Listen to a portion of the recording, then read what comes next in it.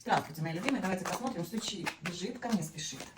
Что же стучит, что бежит и что к вам спешит. Так, ситуация, связанная с какими-то успехами, денежными шансами, после какой-то подвисшей невозможности что-то реализовать, невозможности что-то сделать. С чем это было связано? Это было связано с каким-то разрушением.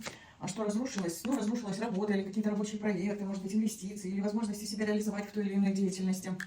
И этот шанс, который у вас появляется, он дает вам максимальную реализацию, да, достижение своих целей, максимальные такие вот благи, плюшки, да, жизненные наслаждения, самоудовлетворенность и самодостаточность. Также для энергообмена подписываемся, ставим лайк, чтобы реализовалось это событие. Всех вам благ.